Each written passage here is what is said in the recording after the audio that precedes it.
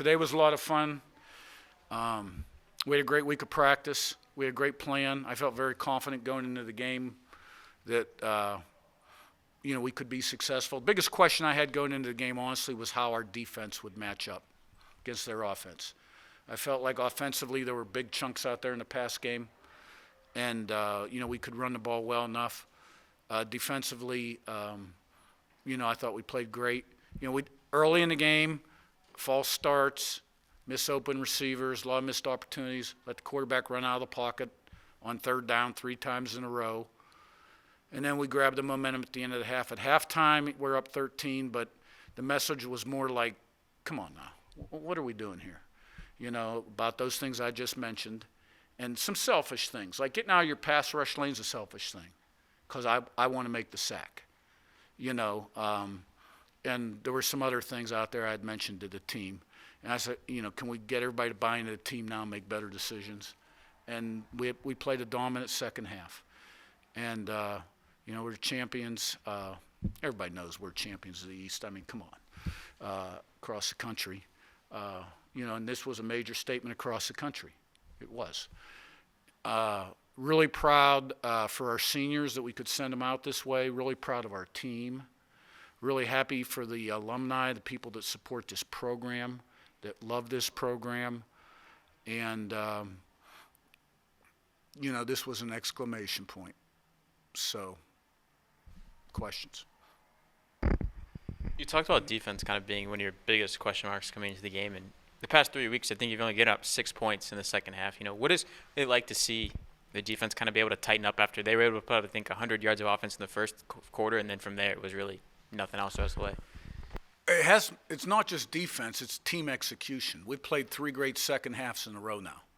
We played a really good second half against ODU, a really good second half against Georgia State, and a really good second half against Coastal.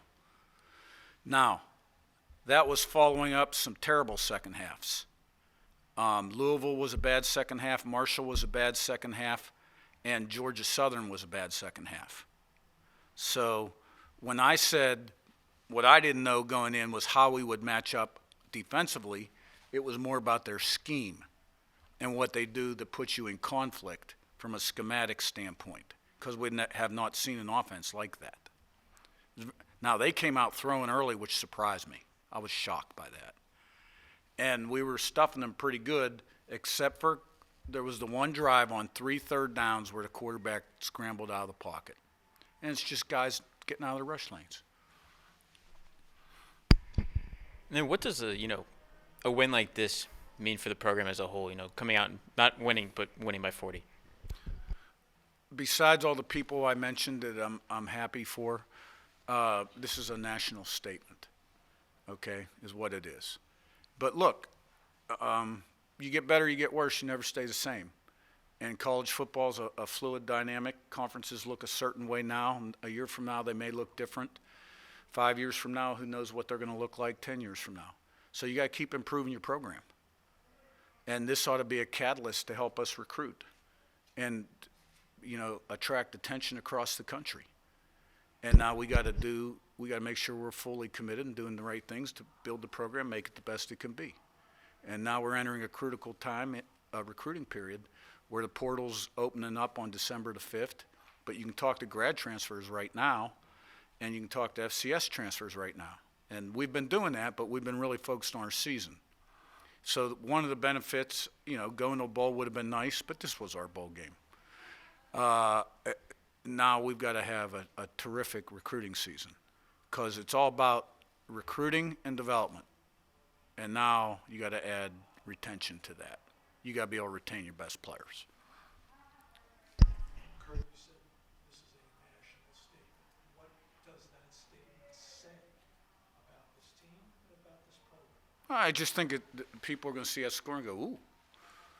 And everybody will interpret the score differently. So I don't know if I can answer that question any more than I just did. But, we dominated that team today in every aspect. What did you learn about yourself this season as a head coach, with especially with these past 2 years and the turmoil and the chaos? Not much, really. I mean, people are more kind of like focused in on the here and now. This guy's the head coach at JMU. I mean, I had 28 years of what is now Power 5 assistant coaching experience before I became a head coach. I had worked for some great head coaches. And my dad was a head coach. And, I worked for Nick Saban. But I worked with some great assistant coaches. And I'd had some really big wins before I came here.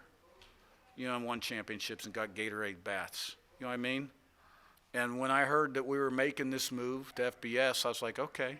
I mean, I knew exactly what needed done. And everything, my experience had totally equipped me, for this time. Son of a coach, working for great coaches, being a recruiting coordinator for 14 years. Just everything. The unknown was we had not played these teams, and we had some new faces with the portal. The portal was a new dynamic where you were losing good players and now having to recruit players. And, that's changed college football in general. So, hey, I'm 61 years old. I got 6 years on my contract.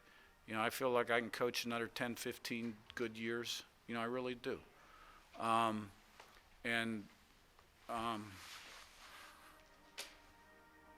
not a bit surprised, and I'm not surprised. I told people earlier that anything that JMU does, JMU football, doesn't surprise me. You know what I mean? Today didn't surprise me. I was disappointed we didn't score 65.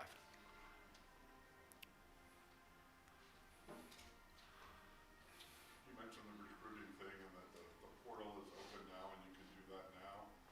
How much, you said this is a national statement. How much of a statement do you expect it to be for kids that want to step up or step down because they're not playing where they are?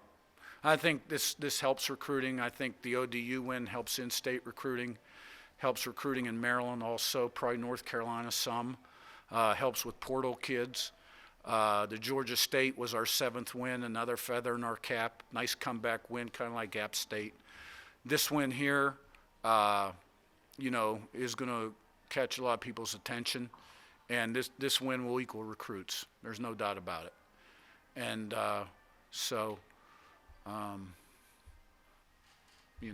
just excited. Be a good night.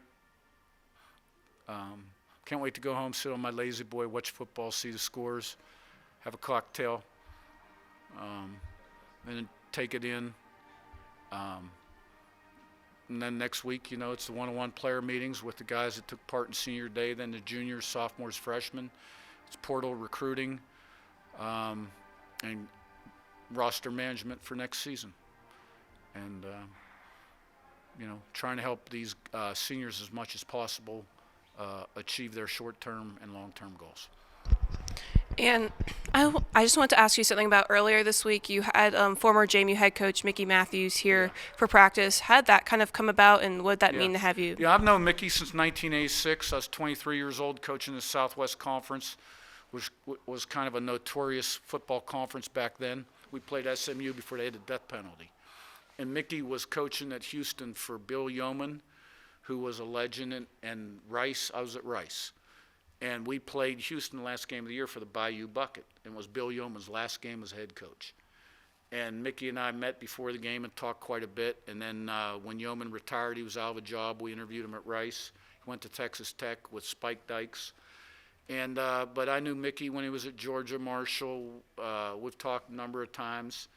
And he just basically shot me a text that he was going to be in town over Thanksgiving. Wanted to stop by practice. I said, great, I'll text you what time.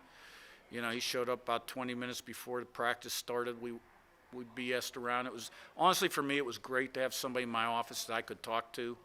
Because when you lead a program, you can't show everybody your true face.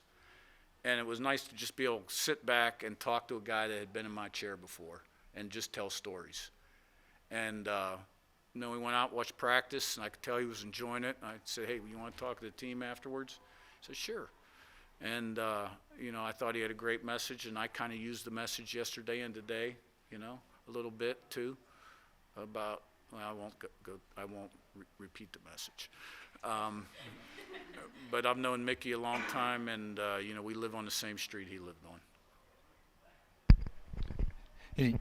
You've talked already a lot about, what this means going forward, recruiting and stuff, but in particular, when Todd comes here, has something to prove, it works out so well for him. what's that meaning for him when you can kind of point to the, Yeah. you know, the What's it curtain mean for who? for you and him just to have that Well, work for him, out? it's like- great. And I know he's got dreams and goals, and I'm sure he'll have opportunities. And one thing he'll do everything he can to maximize his opportunities. You know, for us, I guess everybody's got a short memory. Nobody thought Ben DiNucci could play when I came here. He turned the ball over too much a year before. He's player of the year in the conference. Nobody thought Cole Johnson could play. He's player of the year in the conference. Okay, Toddy's going to be player of the year in the conference. So.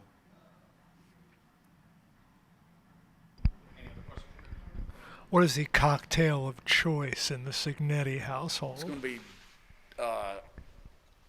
diet, tonic water, and vodka.